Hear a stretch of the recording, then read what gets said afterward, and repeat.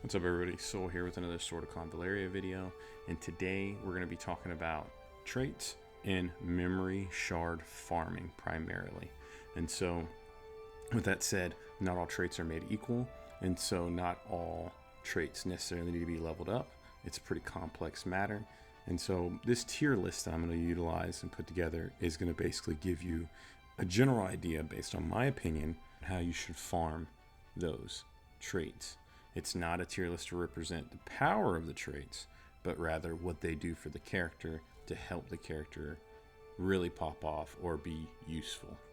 I'll also give you an idea of what star level to stop farming for memory shards per character.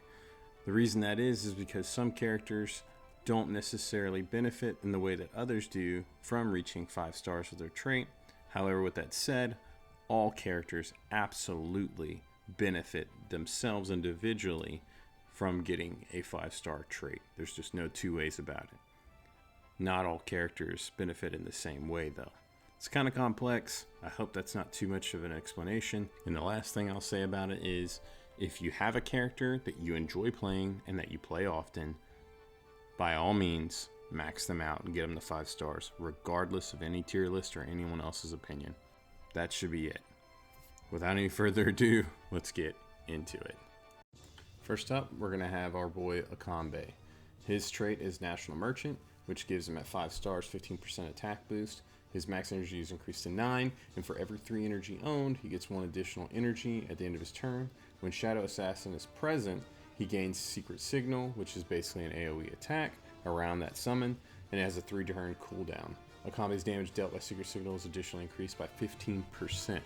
He also gains an additional 3 energy at the start of battle. Now you can see here that's very similar to his 1-star ability with only 10% higher attack and then 2 more energy for the most part, and of course he's not doing the additional damage too on his special attack. But if you look at 3 stars, he basically picks those things up. He hits his max energy to 9 and his attack is boosted up to 10%, and then he gets that extra damage on his special attack with Secret Signal. For me, that's where you should stop with Acambe, unless you just absolutely love him and you want him to be as powerful as possible. And for that reason, I'm going to rank him tier 2 with a suggestion of 3 stars. Next up is Alexei with his awesome trait, and that is Brute Bear Blood. And so what this does is it makes Alexei immune to no resolve, his attacks increase to 20%, and he ignores the effects of frost tiles. Alexei also possesses unlimited resolve, meaning he can't die for 2 turns, dispelling 2 debuffs, and he gains toughness, making him immune to dying and injured status. His trait attribute bonus is also doubled. This effect has a cooldown of 7 turns. It cannot be dispelled or immunized. As you can see, most of that he has at 1 star, with the exception of the becoming immune to gaining the toughness and dispelling those 2 debuffs. However, at 3 stars he picks those 2 things up, and his attack jumps from 10% up to 15%. For me, that's where you stop with him as far as shard farming. Anything past that, like I said, it's just a passion project and there's nothing wrong with that. So that's why I would rank him tier 3 and suggest 3 stars. Next up is August, the Mac Daddy of damage, with his trait Sword of Wrath. August ignores block. After initiating an active attack or entering standby, he gains 1 stack of rage, up to 6 stacks. When having 6 stacks of rage, after actively using a skill or basic attack, August removes all stacks, and he can act again, gaining Rage Outburst 3, which is a 70% damage increase based on his attack and physical stats, of course, and then his damage becomes piercing damage for 2 turns and recovers 2 energy. At the start of battle, he starts with 4 stacks of rage. Now, as you can see, at 1 star, he still has the ignore block, and when he attacks and goes into standby, he still gets the 1 rage, up to 6 stacks. The only thing that's really different is that Rage Outburst and the energy back, and of course what that Rage Outburst does. And as you can see, at 3 stars, that Rage Outburst becomes Rage Outburst 2, raising the physical damage and magical damage up by 70%, but it doesn't become piercing damage yet. And then he gets 1 energy back. And you see a slight improvement at 4 stars, however at 5 stars it really pops off. And when that damage becomes piercing damage, super duper great. For me, this right here is one that you want to invest in and go after heavily. This trait is bonkers at 5 stars, and so I would rank him tier 0 and urge anyone that has him and uses him to get him to 5 stars. Next up is everyone's favorite magician, Beryl, with her trait, I'm a genius. And so at max, it gives her magic attack increase by 25%. At the start of the action, there's a 100% chance she gains a random level 2 buff, which lasts for 3 rounds, and she restores 1 extra energy. Now, if you look at 1 star, her magic attack is increased by 8%, which is a significant difference. However, at the start of the action, there's a 50% chance for her to gain a random level 2 buff, which lasts for 2 turns, and she still restores 1 energy. I'm going to argue that this character does not require investment to be good. Beryl obviously benefits from a higher star level on her trait. However, it largely doesn't change with the exception of that magic attack increase. You can get away with keeping her at 1 star and her still do a fantastic job. There's obviously a benefit to getting her maxed out and getting her up, but at 1 star, she's still phenomenal. And so for that reason, I'm going to say that she is tier 5, and you can keep her at 1 star, and she'll still do good. Next up on the list is Caris, and her ability is Oracle. It increases her magic attack by 15%. The range of her passive is 5 tiles, and at the start of the battle, she gains 8 stacks of inspiration. At the end of an action, she gains 3 additional inspiration. After allies within a certain range, which is that 5 tile range, use a non-instant skill, she will gain 1 inspiration. It can be triggered up to 5 times per round. At the beginning of the turn, if she has 9 levels of inspiration, she will consume them and activate Guang Yu and 1 point of energy. And so Guang Yu is basically an ability that enhances her attacks and makes them do more damage and even piercing damage. Really, really good stuff. At 1 star, her range of her trait is only 4 squares, and she starts with 1 layer, or 1 level, mistranslation, of inspiration. So it still can be triggered up to 5 times, however, and it still only requires that 9 in order to be activated. But there's no increase in magic attack or anything like that. So at 1 star, she's tremendously different than what she is at 5 star. She is heavily reliant on her trait, and it's highly important that she gets it leveled up as soon as possible. And in fact, not many characters benefit from a maxed out trait like she does. And for that reason, I would rank her tier 0 and suggest you get her 5 stars.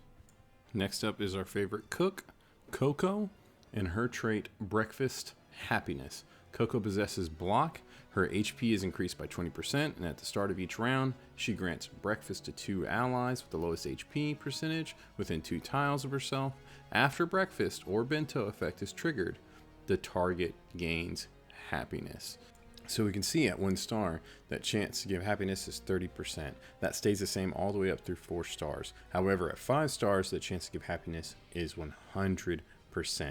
That's busted for one reason, and that's because happiness is absolutely busted. It reduces the energy cost for abilities by 1, no matter what, and it reduces the cooldown for those abilities by 1. You want to talk about ridiculous? That is absolutely ridiculous. Coco has an ability that gives everybody breakfast or bento, and so that triggers that happiness on everyone. It's massive AoE. You need this character at 5 stars. Long story, boring. No matter what you do, when you got Coco, get her to 5 stars, because what she can do for you and your gameplay dramatically changes on that. With that said, she's tier 0, and I urge you to get her 5 stars. Next up is the lethal cat-loving assassin Cole, and her trait, Killer Instinct. Cole possesses Jump. If there is no allies within 2 tiles around Cole, her physical attack and crit is increased by 15%. She can act again after launching an active attack on an enemy from the side or behind and defeating them, and has a 1-turn cooldown. So if we look at 1 star, she more or less has the same thing going for her, with a lower attack, of course, and then with a higher cooldown on that ability being reused. I don't think it's necessary to get this ability to 5 stars, I think you're good getting it to, say, 3 stars, where you're getting a healthy 10% boost in that physical attack and crit rate, and then you're lowering that cooldown to 2 turns. It's a huge investment to get it up to 5 stars, and for that reason, I would suggest stopping at 3 stars, and I'd consider her tier 4.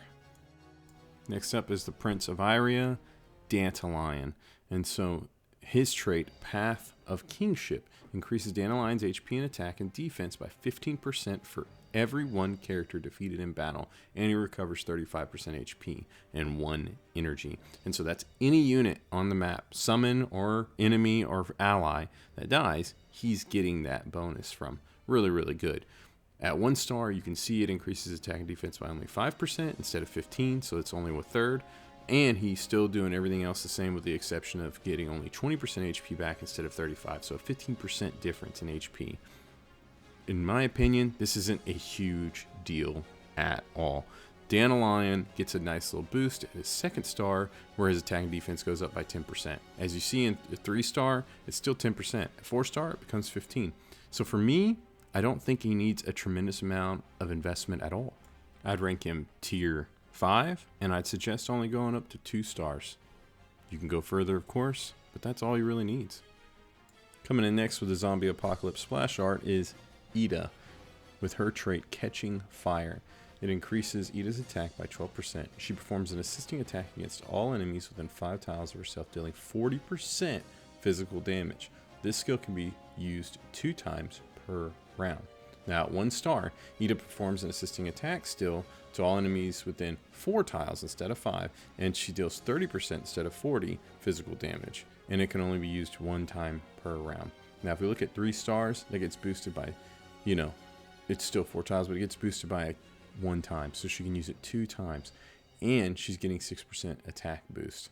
She has an ability that allows her to do additional attacks within a turn, but for the most part, her kit's not really revolutionary. She's not doing anything crazy or out of the norm with her maxed out 5 stars, so I do not see this being a necessity at all.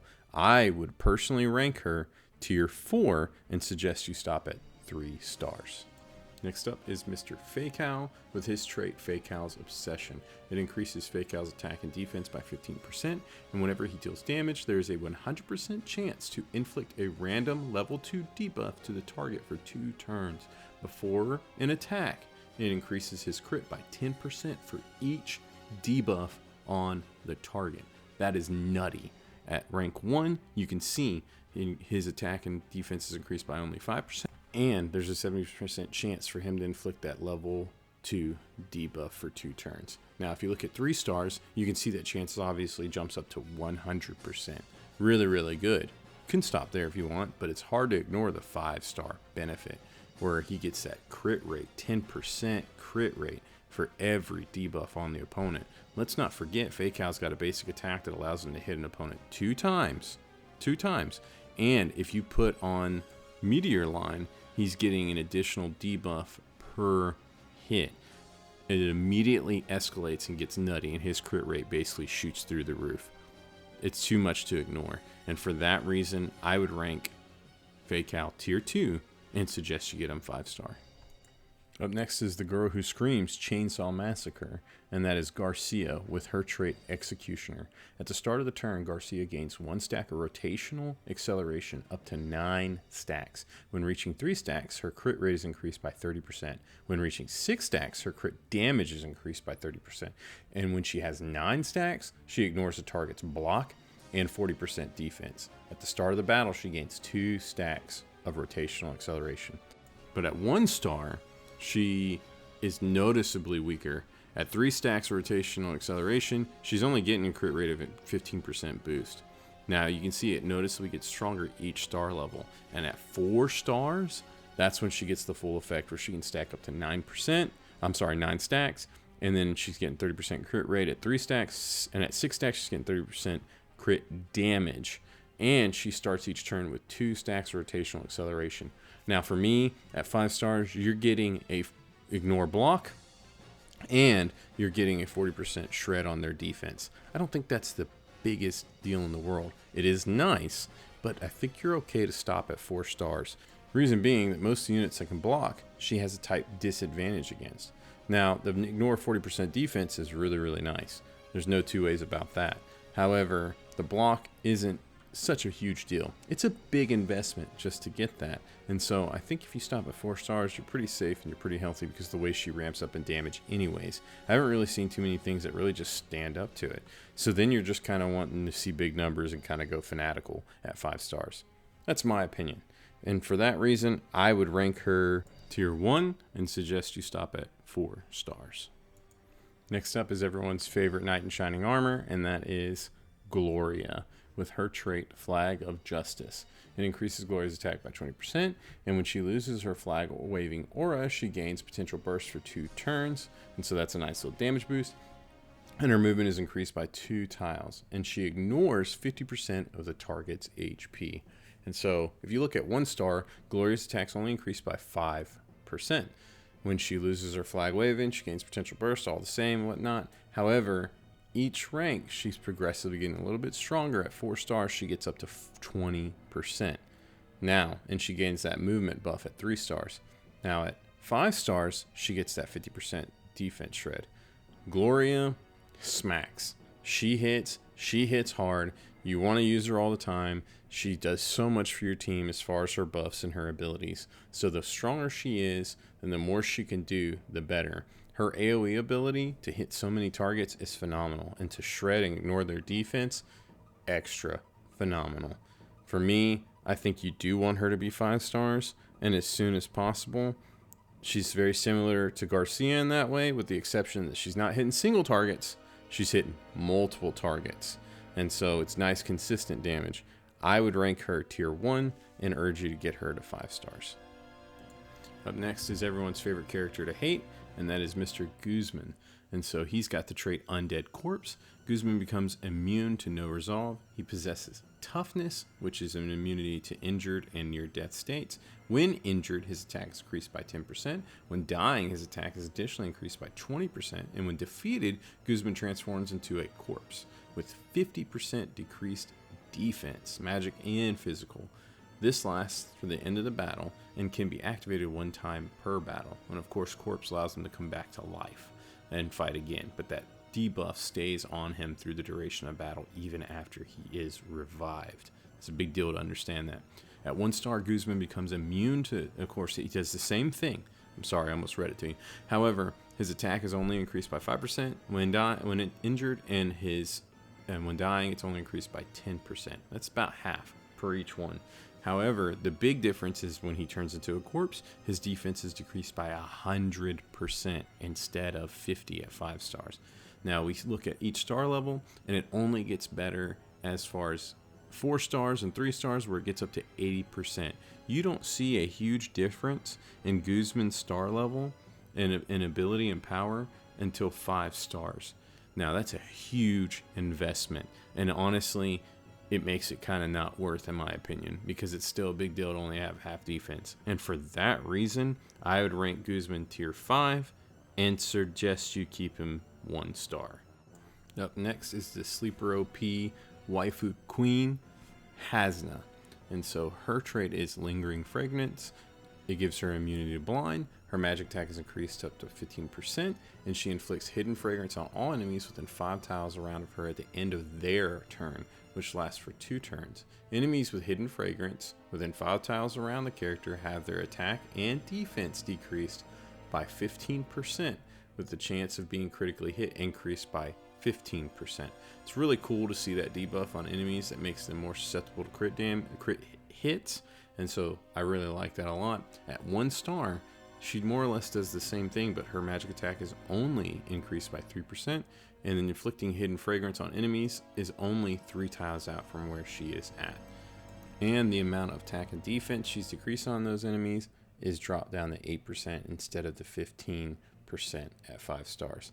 Now, if we look at each level, it's consistently the same as she's leveled up. It's not a huge difference. However, at 5 stars, she's doing her job and incredibly well with that very big range and decent drops to attack and defense. And then of course her magic attack also gets a good, nice little boost. With that hidden fragrance lasting longer, an additional turn, you have to remember She wants to be ranged. Hasna gets insane range, and in fact, she gets extra range when opponents around her have that hidden fragrance debuff. This all makes sense and stacks, and so the bigger the range she has on that, the more capable she is of doing her job, and then obviously the more debuffs that are going out to help your team clear the waves and the madness. She's a fantastic debuffer. Sniper, I really think she's kind of sleeper OP, and I have a huge bias, so with all of that said, I'm going to say that Hasna is tier 2, and you should get her 5 stars as soon as possible. Up next is the homie Homa, and her ability Best Partner. Homa ignores block, and her physical attack is increased to 20%, and when she is healthy, her movement is increased by 1 tile. After Homa or the ally Belor is with performs a single target attack, Belor will be called to attack again, dealing 40% of Homa's physical attack as physical damage, and stealing 2 random buffs and 1 energy for Homa. Really, really cool ability. And if we look at rank 1, we can see it's dramatically different. She's only getting a 5% attack increase, and then as far as that extra attack on Belor and everything seems consistent and the same, but she's not stealing buffs. She's not getting energy back. She doesn't get the extra tile of movement. It's a big deal. It's a big difference. And then, of course, that extra attack from Belor is only doing 20% of her physical attack as physical damage instead of 40. You don't see a big increase on this, in my opinion, until 4 stars. At 4 stars, you see that attack goes up to 40% of physical attack, and that's pretty decent, but it still lacks everything else that the 5-star package brings. And Homa is a great character that has a lot of utility, and you really want to be able to keep her rolling. And getting that energy back to keep her buffing and keep her moving is a pretty big deal, in my opinion. And of course, having the extra mobility too. So for me, Homa is ranked tier 0.5 and is somebody you should be 5 stars as soon as possible. Up next is our favorite bush-loving boy, Iggy, and he comes in with the trait Grey Wolf. Iggy possesses jump and climb and a 16% bonus to his attack. When attacking from a highland position, his attack boost effect is doubled from his trait, and he gains armor piercing. Now, if we look at 1 star, he possesses jump, no climb, and he gets 7% bonus to his attack, and his boost still is doubled. However, he gets that climb at 3 stars, and that attack is jumped up to 12%. But the big deal is at 5 stars, where his damage becomes armor piercing. Mind you, it's only from highland attacks, but that's kind of his niche, and that's kind of what he does, and I think that's a big deal. That piercing damage is so valuable. It really does a lot for a team. His trait really doesn't do a lot, and it requires a heavy investment to get it. We can argue about whether it's worth it or not. Nobody's required to do these things just because it's suggested, but I think that his trait really is lackluster until it's rank 5, and so I would heavily urge people to get it to rank 5. For that reason, I'm going to put Iggy at tier 2 and urge you to get 5 stars on him. Next up is Princess Inanna and her ability Pearl of Iria. At the start of the battle, Inanna summons 1 guard of the princess. At the end of the turn, she heals 2 allies with the lowest HP percentage within 4 tiles of herself for 25% of her magic attack, and grants them 1 level 2 buff for 2 turns. The Guard of the Princess attack and defense is increased by 15%, and the skill Summon Guard of the Princess can be used an additional 2 times per battle. So when you look at her 1-star trait, it generally does everything the same, with only a few exceptions. And so, first is the range at which she's healing her allies is 3 tiles instead of 4, and she's healing for 20% of her magic attack. It's honestly not a huge difference at all. Then she's only healing 1 ally within 3 tiles of her for 20% of her magic attack. Now you look up in 3 stars, she picks up a 2nd ally, and she's then healing both of them and then giving them both a buff. For me, that's a decent point to stop. Being able to summon the guard back at 5 stars seems really cool, and I'm sure it has a lot of utility and uses, but it's not a make or break for Inanna, because ultimately she's going to be using her abilities like Act Again and doing a lot of healing. And so that guard ends up being inconsequential. And so for me, I would rank Inanna tier 5 and urge you to get her 3 stars. Up next is Mr. Leonid with his trait Fearless Charge. Before an attack or charge, for each tile Leonid traversed, his damage increases by 8%, and he ignores 10% of the target's defense. After he actively attacks with skills other than an instant skill, the effect ends and he gains charge damage reduction, which is a damage reduction of 30% for 2 turns. If Leonid moved or charged no less than 5 tiles, he ignores block and dodge on the target. This trait enters a cooldown of 1 turn. Now, if you look at his 1-star, you see that it's almost completely the same, just with the lower stats. The only exception is he doesn't have that last little caveat where he ignores block and dodge if he traverses over 5 tiles, which in my opinion is pretty niche. It's not easy to accomplish that. His movement is 3. You can get extra movement from allies and buffs, and you're going pretty far your way to get a small perk, is what I'm basically getting at. And then of course you're basically adding the charge to get it. With that said, you are scaling up on the damage you're doing per tile traversing as your star level goes up. And so without getting too into it, I think Leonid's pretty interesting. I really like the damage reduction that he receives from doing damage. He's definitely got an interesting role and everything. He's like a breaker tank. I'd say for me, he comes in at tier 4, and I'd urge you to get him 3-starred. Next up is Lily Will with Valder Guard. And so this trait, Lily Will possesses jump, and she gains 15% bonus attack. It ignores assisting cover and also gains 30% bonus crit and all skill cooldown reductions by 1 turn when attacking from a highland position. It's pretty niche, I have to acknowledge. However, we're not talking about the power of traits overall, right? We're just talking about how it serves the characters. So at 1 star, if you look, Lily Will possesses jump, and she hits only a 5% bonus to attack. And she doesn't get that cooldown reduction or bonus crit. The bonus crit comes in at 3 stars, and then the full 15% attack comes in at 5 stars. However, that cooldown reduction is pretty massive. You can't ignore it. And so for me, I would think Lily Will comes in at rank 2 as far as relying on her trait to be successful, and I'd urge you to get her to 5 stars. Though 3 stars may suffice if you don't want to make the investment. Next up is the manly man, Magnus. He comes in with this trait Experience General, and so this decreases the attack and defense of all allies within 4 tiles of himself by 15%, and when attacking he is granted bonus physical attack equal to 40% of his physical defense. Now at 1 star you see it's all the same. There's no bonus effects or anything like that from getting it to 5 star. It's just less as far as percentages and bonuses. And so at 1 star he affects 1 tile less, so it's 3 tiles and out from himself, and it's minus 8% to their attack and defense, and he's only getting 20% of his physical defense. For me, I think you're safe only going up partly of the way and investing in him and not going completely all in. Obviously there's a benefit if you do, but I would say he is a tier 3 character because of that great trait and how he benefits from it, and I think you can feel safe stopping at 3 stars. Up next is Great Value Coco with Maitha, and she comes in with a trait Shield of Convallaria. Maitha possesses a block, and her damage taken is decreased by 20%. At the end of her turn, she heals 2 allies with the lowest HP percentage in battle, restoring 20% of their lost HP. Now let's look at it at 1 star.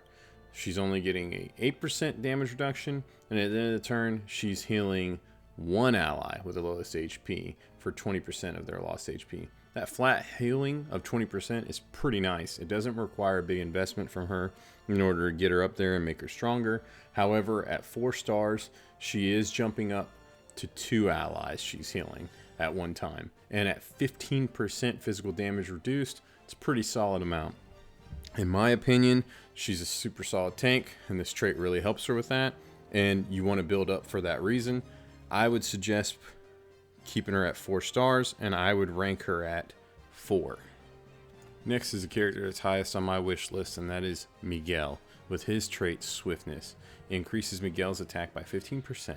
He can jump over allies, enemies, and neutral characters and items without consuming movement. The effect can be activated up to 3 times per round. Before using a skill, if he jumped, he recovers 1 energy up to 1 time per round. After jumping, before using a skill, he inflicts Scorch on the target for each instance of physical damage dealt. There's some pretty interesting combos there available to this guy because of this trait at 5 stars. However, when you read it at 1 star, it's a lot less impressive. Increases Miguel's attack by 5%, and then of course he can do all of his jumping action and whatnot without consuming movement, but this effect can only be activated 1 time per round. So Miguel's pretty reliant upon that in order to do a lot. I'm looking at it, and at 4 stars, he's getting the energy and he can do it up to 3 times, but that's Scorch though. Let me tell you, I can't tell you how many times Scorch and Infection are the mechanics that really help me out in the game. And so I really want him to have access to that, especially with him having a little bit of AoE in his kit. I really want to test this and see it, but from what I'm looking at, I think Miguel has a phenomenal trait that requires him to be 5-star to really benefit from it and to really become useful. And so I would rank Miguel 1 and urge you to get him 5 stars. Next is one of my favorite characters in the game, Momo, with her trait Doom Resonance. All enemies within 4 tiles of Momo take 35% more damage over time. At the end of Momo's turn, she gains 2 stacks of Repulsion Barrier, up to 5 stacks. At the start of the battle, she gains 3 stacks of Repulsion Barrier. And so Repulsion Barrier raises her attack by 2% for each stack, and it reduces 50% of physical damage coming in to Momo. Really big deal. If you look at 1 star, she really doesn't have all that much going on in ways of that. She doesn't start with Repulsion Barrier, and all enemies within 3 tiles take only 15% more damage over time. At the end of Momo's turn, she gains 2 stacks of Repulsion Barrier. That damage over time is huge. Anyone that knows, if you know, you know, Infection is massive in this game, and Momo's abilities deal infection damage with the right passive on. And so this is a really big deal. She's boosting the damage she's doing, and the range, of course, is 4 tiles outside of herself, which her alert skill really is mega useful. She shreds enemies before they even get to her, and if they survive their initial hits, they're going to die to the ticking damage, especially with that boost. So for me, I think Momo is a tier 0.5, and I think her ability is a 5-star must. Next on our list is Nergal, with his trait Luxite Gauntlet. Nergal possesses Block. At the end of the turn, he gains powerful shield charge up to 2 stacks. And so that's a minus 15% damage reduction, and it sheds 1 stack per time each time he takes physical damage. After performing a block, he gains Bayonet Charge up to 2 stacks. And so I believe that is a 10% damage boost to anyone he hits, and then that effect is doubled against Hangman's Mark. The first block for each turn is decreased the cooldown of all skills by 1 turn. Pretty nice that he reduces those cooldown. Really cool. At 1 star, he just possesses Block, and he gets Shield Charge, which is a 10% damage reduction. And then after performing a block, he gains Bayonet Charge, both at 1 stack. At 2 stars, it goes up to 2, and so on and so forth. However, at 3 stars, it becomes Powerful Shield Charge, which is a 15% damage reduction, as I read on that 5-star piece. So anyways, for me, this is not a character that benefits tremendously from having a 5-star. That cooldown reduction is nice. It's a little bit niche, and it's not necessarily a constant and easy to achieve. I would like to see a little bit more out of his kit, maybe more damage reduction, more charges to his shield charge and bayonet charge, more damage from his bayonet charge, but those don't exist and they're not there. So ultimately his trait kind of falls flat in my opinion. And so I would rate Nergal as a tier 4 character, and I would rank him up to 3 stars. Up next is Nono Will with her trait Mysterious Siren. Nono Will possesses Jump, and she gains 15% bonus attack. She also gains Veil at the start of the round. The effect has a cooldown of 1 turn. Now let's have a look at her at 1 star. She also possesses Jump. She has a bonus attack of 6% instead of 15, and she still gets Veil with a 3-turn cooldown. And so Veil is damage, basically 99% damage reduced from AoE attacks, just so you know. But anyways, this trait is the same the whole way through with no bonus effects. Just a cooldown reduction on the Veil and an increase on her attack. For me, she is a low investment character. She doesn't need her trait to do her job, and she basically right out the gate with no investment can do everything she needs to. So Nono Will for me is tier 5 and is a 1-star stay. Next up is Nungal, and her trait, Luxite Crossbow, changes Nungal's physical damage into magical damage and increases the crit by 15%. For each 1 tile between her and the target, the distance for the adjacent tiles count as 0. Damage increases by 5 up to 45%. If Nungal does not move before attacking, it increases the maximum range by 1 tile. When attacking enemies outside of 5 tiles, she ignores the reaction, preemptive, and strike back abilities. Really cool. At 1 star, she basically still does the same thing. She just doesn't have that last little caveat. And so what that is basically for each 1 tile between her and her target, she's going to deal an additional 3% up to 30% damage. If Nungal does not move, she gets the bonus range. So it's still the same thing. The only difference is that she doesn't get that crit damage. And she picks that up at 3 stars. But if you have a look at it, at 4 stars, her damage jumps up to what it would be at 5, with 5% up to 45% damage maximum. And so for me, that's where I would stop. I think worrying about the reaction skills, preemptive skills, and strike back abilities is pretty niche. There's not too many. I can't think of a situation where that's really a huge concern. And I'm sure there are definitely situations where there are concerns. I can think of a certain weapon boss. However, it's still niche. It's a big investment for something that's really minuscule and doesn't honestly impact her gameplay very much. And so for that reason, I don't think she needs it. I think Nungal is a tier 4, and I think you should shoot for 4 stars. Up next is the queen of big hits, and that is Rawiyah, with her trait Bottoms Up.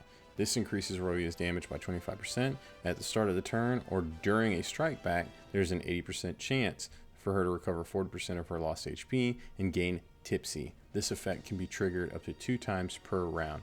And so Tipsy is a boost of 30% to her crit rate and a 10% damage reduction. Really good ability.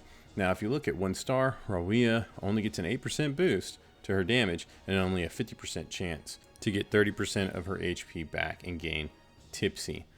However, if you look at each level of her trait, it gradually increases, but only up to 80% max. And so for me, with that in mind, I look at 4 stars where she gets a 25% boost to her damage like she would at 5 stars, and a 70% chance of triggering that effect at 40% of her HP back. And so for me, I think that's where you go. You don't get to trigger that effect 2 times per round. However, it's not that that effect stacks. You're just getting HP back. So 1 time per round for me is still fine to avoid a big hefty investment. She can still do her job without it and do it well at that. And so for me, Rawiyah is a tier 3 character where I would stop at 4 stars. Up next is a fan favorite in Safia and her trait Thorny Rose. At the start of the turn, Safia locks onto 2 random enemies within 6 tiles of herself and randomly inflicts Hangman's Mark for 2 turns. Attacking enemies with Hangman's Mark deals an additional physical damage equal to 32% of the target's HP and has 75% life steal, but no more than 200% of Safia's physical attack. This is really, really powerful. Safia is a favorite of everyone because she just absolutely shreds people. If you're playing with Hangman's Mark and you've got Safia, you know what I'm talking about. She hits them with just about anything, any and all attacks, and it just shreds. It destroys their HP and depletes those bars because it's a pure percentage. It's really, really strong. And so if you look at it 1 star, she locks on the 1 random enemy of 4 tiles herself and inflicts Hangman Mark. It's not a huge deal, but she's only doing 16% of the target's HP versus 32 at max level. And it caps at 150% of her physical attack and no life steal. Long story short, this ability gets bonkers at 5 stars and really does a lot for her. It really enhances her play and allows her to do a lot more versus what it would be at 1 star. And so for that reason, I think Safia is a tier 0 champion or character, and I think that she should be 5 stars. Up next is the named white mage Samantha with her trait Pious Prayer. And so this has the healing received of all allies within 3 tiles around Samantha increased by 30%. If an ally is injured after receiving a single target attack, she consumes 1 energy to heal them at 50% of her magical attack. And at 1 star, if you have a gander at it, the healing is received by others within 3 tiles is the same. It increases their healing by 10% instead of 30. And it's still a single target. It consumes 1 energy to give 40% of her magical attack, and it can only be triggered up to 2 times. Now, if you look at 3 stars, that changes. There's no cap of how many times that can be triggered, but it still consumes 1 energy. All in all, this trait doesn't really change much, even all the way up at 5 stars. It's kind of, it's nice, don't get me wrong, but it doesn't change much. It feels like 1 star does everything just about the same as what it does at 5 stars. So I think you can get away without investing everything you have into getting her trait up. And so for me, Samantha is a tier 5, and I would really just take her up to 2 stars for that bonus 20% on healing. Up next is Simona with her trait Winter is Coming. This increases Simona's attack and defense by 15%. When she has a shield, her attack and defense is additionally increased by 10%, and she becomes immune to attribute debuffs. At the start of her turn, she gains Armor of Ice, which Armor of Ice is a buff with a physical shield that's 60% of the magic attack, the caster's magic attack, and gains immunity to Frosty. After being hit by a melee attack, it inflicts move down 1 on the attacker for 2 turns. If she's dying after being attacked, she immediately gains Armor of Ice again. This can be activated 1 time per battle, though. So, at 1 star, Simona only gets attack and defense by 5%. At the start of turn, she gains Armor of Ice with a 2-turn cooldown. It's not until tier 3 stars that she gets the Armor of Ice activated when she is dying. And so, that's a big buff at that point. And then her attack and defense, of course, goes up to 10%. And at 4 stars, it goes up to 15%. So yeah, I think this is a fantastic trait. I think Simona is a really cool character with a lot of abilities. But for me, that 5 stars isn't just doing it. It's a luxury. I'd put her at tier 4, and I'd stop at 3 stars. Up next is the man who wants to father you the most, and that's Teadon with his trait Battle Tested Shield. Teadon possesses a block. At the end of his turn, he becomes alert to the horizontal row 3 tiles in the target's direction, dealing 100% physical AoE damage once the enemy enters this area. When actively using other alert skills, his attack is increased by an additional 40%. So we look at his 1 star, and it's the exact same thing. He's dealing, it's 3 tiles, he's dealing 60% physical AoE damage, and his attack is increased by 20%. It's the exact same thing, just to a lesser effect. Fortunately, that means Teadon doesn't require a lot of investment to really pop off and benefit from his trait. However, I would go up to 3 stars where his damage is up to 80%, and the additional damage or additional attack is boosted to 30%. That way you're getting a healthy amount with a minimal investment, and it should feel pretty good in my opinion. So yeah, I'd put Teadon at tier 5, and I'd stop at 3 stars. For those FPS players out there, our last character is the fragger of Sword of Convallaria, Xavier. And so his trait is solo carry. For each enemy within range of 2 tiles around Xavier, his attack is increased by 8% up to 32%. At the start or end of the turn, if there are enemies within 1 tile radius around him, he deals an additional 40% physical damage.